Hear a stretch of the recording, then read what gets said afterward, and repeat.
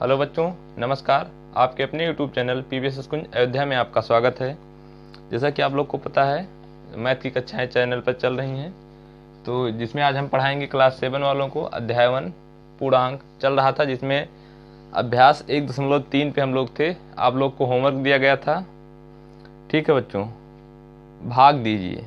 तो सभी बच्चे होमवर्क किए होंगे, उसको एक बार मिला लेते हैं। अभ्यास 1.3 था, अभ्यास 1.3, ठीक। इसमें था भाग दीजिए। भाग दीजिए था, इसमें पहले प्रश्न का उत्तर हो जाएगा 25 को -5 से भाग देना था, तो उत्तर -5 हो जाएगा। और दूसरे का उत्तर हो जाएगा, ये डायरेक्ट उत्तर हम लिख रहे हैं, पहले का पहला, और दूसरे का उत्तर हो जाएगा 40 को -10 से भाग देना था, तो -4 हो जाएगा। तीसरे का उत्तर हो जाएगा -54 को -6 से भाग देना था, तो -54 भागे -6, तो इसको ऐसा भी लिखा जा सकता है -56 -54 बटा -6, माइनस से माइनस कट गया, 6×9=54, ठीक।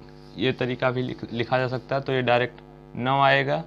4 नंबर प्रश्न में आएगा 27 को -3 से भाग देना था, तो -9 आएगा। और 5 नंबर के प्रश्न में आएगा -81 को -3 से, तो 27 आ जाएगा। 27 3 81 होता है।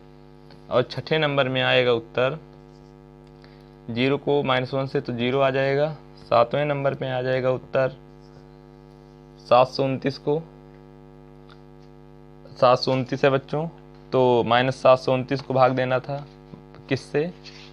9 से। -729 को 9 से भाग देंगे, कितना आ जाएगा? ये आ जाएगा 81 आ जाएगा। और 8 नंबर प्रश्न में 99 को -1 से भाग देंगे, तो -99 ही आएगा। 9 नंबर के प्रश्न में 2000 को -100 से भाग देंगे, तो -20 आ जाएगा। और 10 नंबर के प्रश्न में 4244 को -4244 से भाग देंगे, तो -1 आएगा। और 11 नंबर के प्रश्न में -16 आ जाएगा। और 12 नंबर के प्रश्न में 4 आ जाएगा, ठीक है बच्चों। ये हमारा आंसर था। पहले में -5, दूसरे में -4, तीसरे में 9, चौथे में -9, पाँचवें में 27, उसके बाद 0, सातवें में 81, आठवें में -99, नौवें में -19, नौवें में -20 है, और 10वें में -1, 11वें में -16 और 12वें में 4। ठीक बच्चों, यहाँ तक हो गया था। अब इसको मिटा देते हैं। हम इसके आगे पढ़ेंगे ब्रैकेट का प्रयोग किस तरह करते हैं, और उसमें कैसे भाग दिया जाता है ब्रैकेट की चीज़ों में। सबसे पहले हम ब्रैकेट के बारे में जान लेते हैं कि ये कौन सा ब्रैकेट है। ये छोटा ब्रैकेट है, छोटा कोष्ठक, स्मॉल ब्रैकेट बोलेंगे, कोष्ठक। और ये मझला कोष्ठक है, मझला कोष्ठक। और ये बड़ा कोष्ठक है, ये बड़ा कोष्ठक हो जाएगा। और उसके बाद ये एक और कोष्ठक होता है बच्चों, एक होता है रेखा कोष्ठक। ये ऐसे लाइन रहता है, अंडरलाइन नहीं रहता है, संख्या के ऊपर लाइन लगी रहती है, जैसे 6 के ऊपर ऐसे लाइन खींचा रहता है, इसको कहते हैं रेखा कोष्ठक। तो इसको रेखा कोष्ठक कहते हैं। सबसे पहले हम लोग कोष्ठक के बारे में जान लिया। अब कोष्ठक का प्रयोग किस तरह करते हैं, आइए इसको देखते हैं। ये हो गया छोटा कोष्ठक, ये हो गया मझला कोष्ठक, ये हो गया बड़ा कोष्ठक, ये हो गया रेखा कोष्ठक। आइए देखते हैं कि इस कोष्ठक का प्रयोग कैसे करते हैं किसी क्वेश्चन में। कोष्ठक वाले क्वेश्चन को किस तरह लगाते हैं। जैसे मान लीजिए एक मान लेना है हम लोगों को। आप लोग की बुक से ही प्रश्न ले लेते हैं। और एक नियम इसमें और चलता है, भागु जोघा। बोर्ड मास वाला प्रश्न है। जोघा मतलब भा से भाग हो जाएगा, गु से गुणा, जो से जोड़, घा से घटाओ, भागु जोघा। तो ब्रैकेट वाले प्रश्नों में बच्चों भागु जोघा का नियम चलता है। पहले भाग करेंगे, फिर गुणा करेंगे, जोड़ करेंगे, तब घटाव करेंगे, और अगर अंग्रेजी के हिसाब से देखा जाए तो उसमें बोर्ड मास नियम चलता है, आप लोग पढ़े होंगे ब्रैकेट के क्वेश्चन को सॉल्व करने में। तो इसको मिटा देते हैं या एक क्वेश्चन लेके हम सॉल्व कर देते हैं। पहले हम पहला ही प्रश्न सॉल्व कर दे रहे हैं। पहला प्रश्न है दूसरे का -75 एक ब्रैकेट में ये है, डिवाइड बाई -5 एक ब्रैकेट प्लस और ये भागी -3 है। तो इसको कैसे सॉल्व करेंगे? ब्रैकेट की चीज़ों को पहले सॉल्व करेंगे। तो ये 75 में 5 से भाग देंगे, -75 है, -5 से भाग देंगे। पहले इसको तो हो जाएगा 75 को -5 से भाग देंगे तो -75 है और -5 तो इधर हो जाएगा 15 और फिर भागे -3।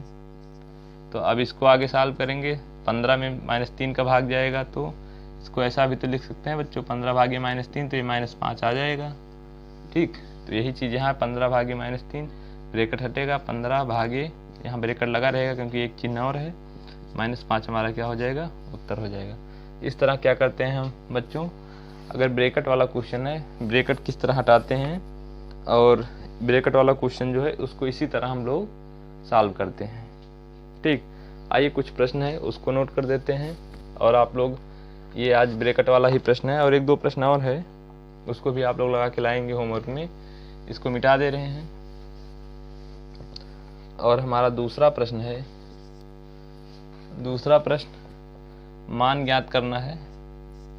मान ज्ञात कीजिए, मान ज्ञात कीजिए में पहला प्रश्न है बड़ा ब्रैकेट छोटा ब्रैकेट -75 जो भी बताए आप लोग एक बार फिर से लगा लेंगे। -5 है, डिवाइड बाई -3, इसको -3 से भाग देना था। दूसरा प्रश्न है हमारा -6 प्लस 5 भागे डिवाइड बाई ब्रैकेट -2 एक ब्रैकेट में +1 उसके बाद बड़ा ब्रैकेट। ये दूसरा प्रश्न हो गया।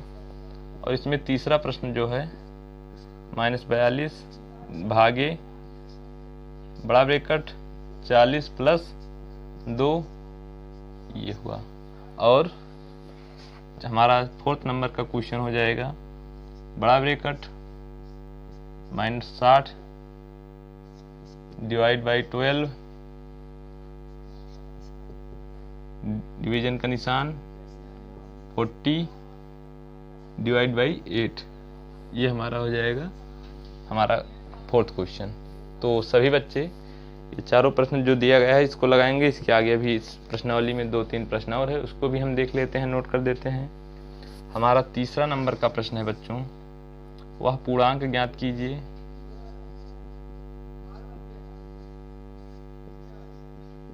वह पूर्णांक ज्ञात कीजिए जिसे -1 से भाग देने पर, जिसे -1 से भाग देने पर, जिसे -1 से भाग देने पर -32 प्राप्त होता है, प्राप्त होता है। ठीक है, एक पूर्णांक ज्ञात करना है जिसे -1 से भाग दें तो -32 प्राप्त हो। तो वह पूर्णांक x 32 मान लीजिए। वह पूर्णांक क्या होगा बच्चों? x से -1 x, वह पूर्णांक ज्ञात कीजिए जिसे -1 से, मान लीजिए x वह पूर्णांक है, -1 से भाग दें, उत्तर कितना है? 32 है। तो x बराबर कितना हो जाएगा? -1 इधर जाएगा -32, तो x बराबर क्या हो जाएगा? 32, यानी वह पूर्णांक क्या हो जाएगा? 32। और ये x मान के करते हैं बच्चों, x मानना आप लोग के लिए अभी डिफिकल्ट होगा तो इस तरह भी कर सकते हैं। ये बताइए वह पूर्णांक क्या होगा जिसमें -1 से भाग दें तो उत्तर -32 आएगा। तो 32 ही होगा, 32 से -1 में भाग देंगे, 32 में -1 का भाग देंगे तो -32 आएगा, यही हो जाएगा। तो वह पूर्णांक क्या हो जाएगा? 32। इस तरह आप लोग लगा लेंगे। और 4th नंबर का जो प्रश्न है वह पूर्णांक ज्ञात कीजिए, वह पूर्णांक ज्ञात कीजिए, वह पूर्णांक ज्ञात कीजिए जिससे -1 से भाग देने पर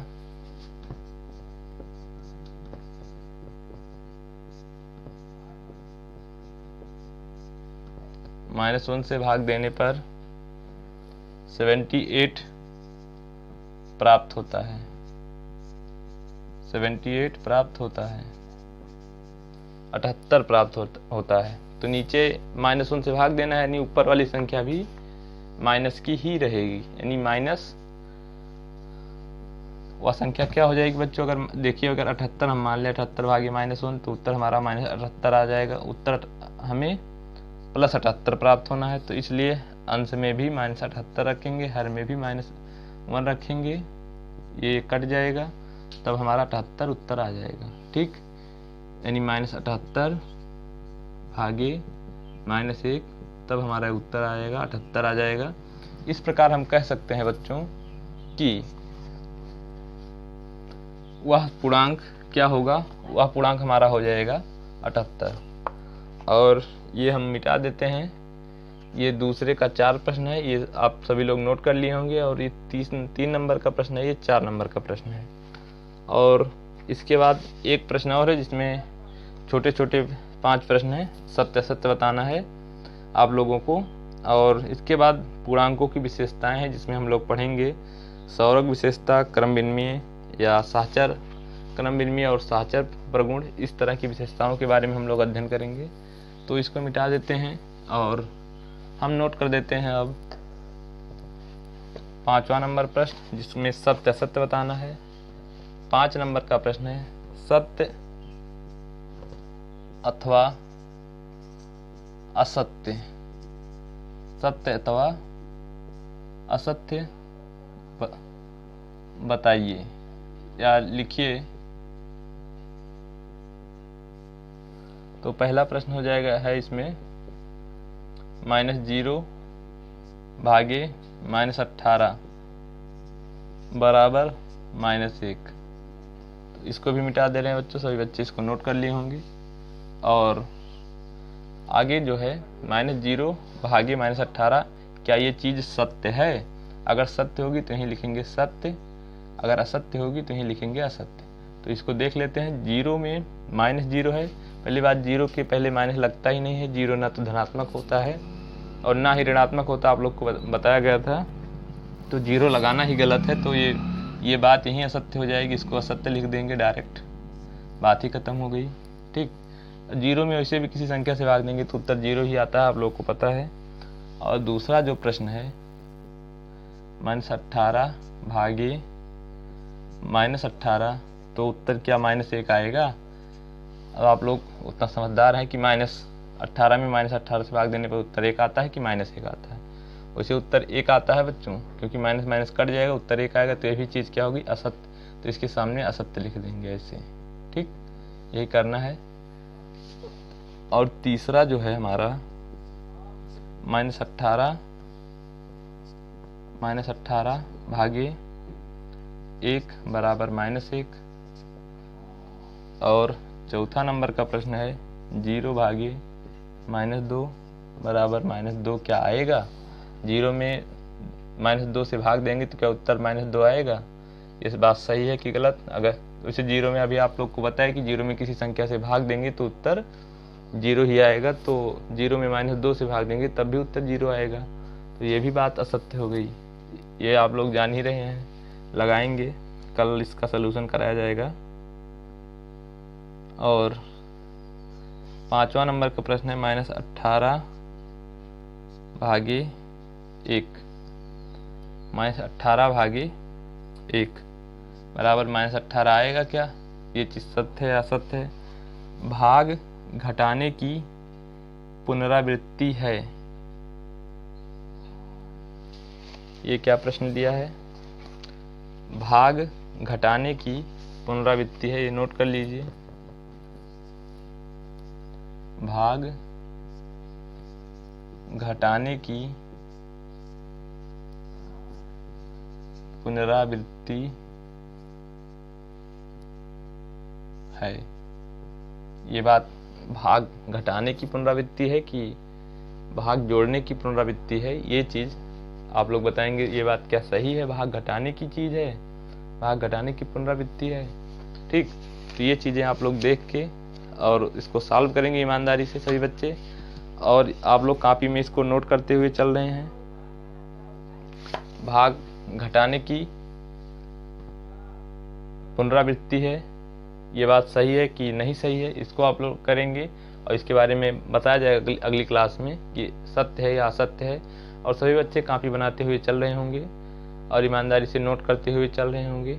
ठीक है बच्चों, कि कहाँ पे कौन सा उत्तर होगा और नेक्स्ट क्लास में इसका सलूशन करा जाएगा, तो आप लोग उसको ध्यान देंगे। तो बच्चों, अब ये हमारा अभ्यास 1.3 यही समाप्त हुआ।